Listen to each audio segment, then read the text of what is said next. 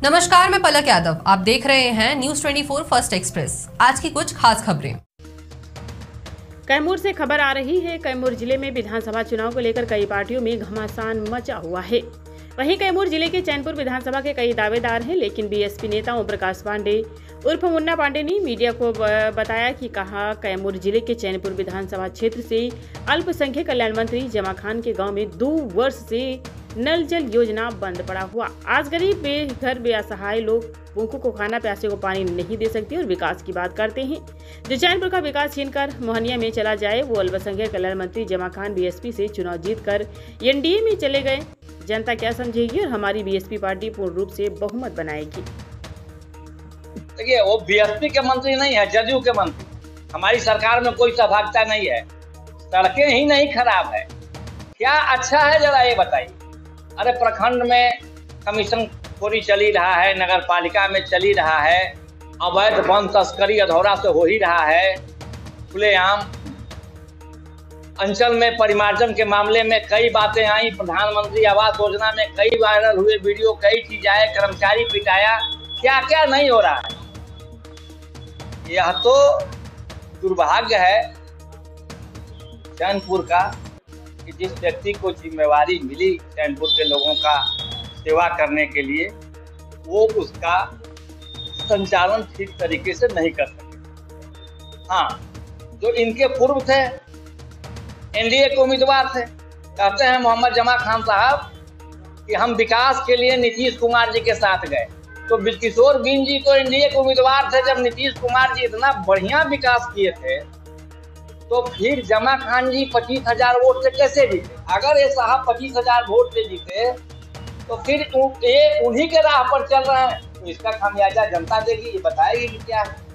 और आप लोगों के यहाँ रुझान मिल रहा होगा जनता का। मैं तो घूम रहा हूँ, काफी विरोध है उनका, प्रतिशोध है।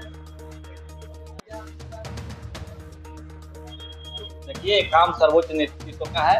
अगर सर्वोच्च नेतृत्व मुझे जिम्मेवारी देती है तो बखूबी मैं चुनाव लड़ूंगा। अगर मुझे नहीं देती है, किसी अन्य को देती है, तो उसके साथ अपने ही तरह चुनाव लड़के उसको जितवाऊंगा। मुझे अगर पार्टी चुनाव में टिकट देती है तो मैं भभुआ, मोहनिया और चैनपुर, साथ में पड़ोस के जो जिले हैं बक्सर और रोहतास के, उसमें भी अच्छा प्रभाव डालूंगा और वोट ट्रांसफर ब्राह्मणों का करवाऊंगा।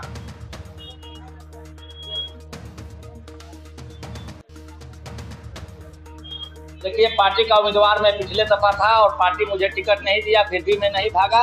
और मैं आगे भी अगर चुनाव जीतता हूं या मेरे साथ जो लोग जीत कर जाएंगे, कोई भी व्यक्ति पार्टी को नहीं छोड़ेगा। बीएसपी अपने कार्यकर्ताओं पर ही दाव लगाना चाहती है, इस सब चीजों को देखकर।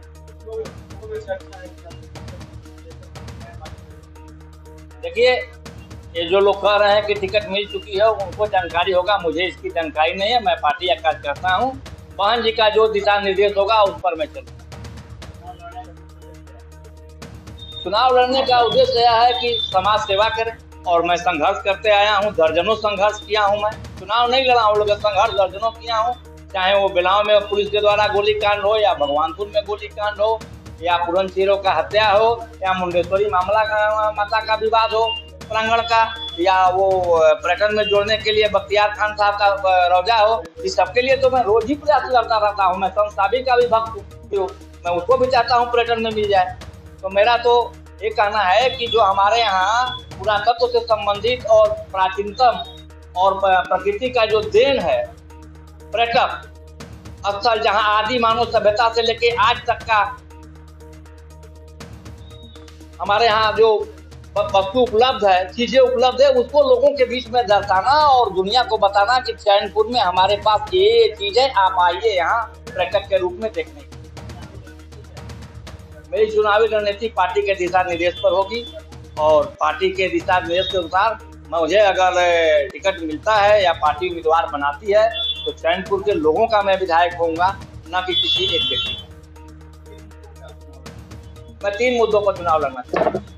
पहला मुद्दा मेरा चुनाव का होगा कि अगर मैं उम्मीदवार बनता हूं, पार्टी ने उस लायक मुझे समझा, तो पहला काम करूंगा कि प्रत्येक व्यक्ति के शिक्षा के लिए प्रारंभिक तौर पर अच्छी व्यवस्था मिले। जिससे वो दुनिया के किसी स्कूल में जाए तो उसको फेस कर सके। दूसरा होगा स्वास्थ्य। स्वास्थ्य के लिए मैं बेहतर काम करूंगा, हर व्यक्ति को स्वास्थ्य सुविधा स्थानीय स्तर पर मिले जो अभी तक हमारे क्षेत्र में उपलब्ध नहीं है। और तीसरा काम मैं करूंगा, स्वरोजगार को बढ़ावा देना। नौकरी तो कम है, कोई भी सरकार आएगी तो पूर्ण रूप से हर आदमी को नौकरी नहीं दे पाएगी, इसलिए मैं स्वयं रोजगार करने के लिए लोगों को मैं जागरूकता पैदा करूंगा और उनको आगे बढ़ाऊंगा।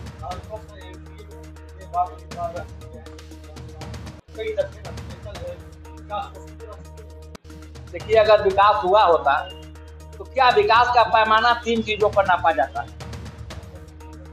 पानी, पीने का पानी नहीं है, इतना जल स्रोत है हमारे यहाँ अधौरा, और हमारा 3 ब्लॉक जो है,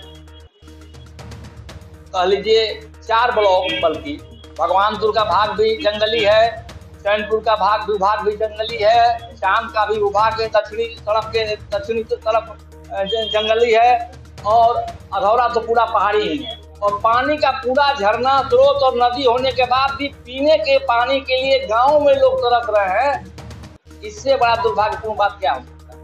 विकास हुआ होता तो पानी के लिए थोड़ा लोग तरसता है। जो पानी ही नहीं दे सकता है वो आदमी दुनिया में जीवन में क्या दे सकता है? तो न पानी है न शिक्षा है। अभी सुने कि एक मेडिकल कॉलेज का हल्ला किया माननीय ने कि आ रहा है, वो भी सुने कि यहाँ से खटक के भाग गया, पटना गया कि दिल्ली गया, कहाँ गया, मैं ढूंढ रहा हूँ आदमी घूम कर। खबरों का अपडेट पाने के लिए बने रहिए News 24 फर्स्ट एक्सप्रेस के साथ।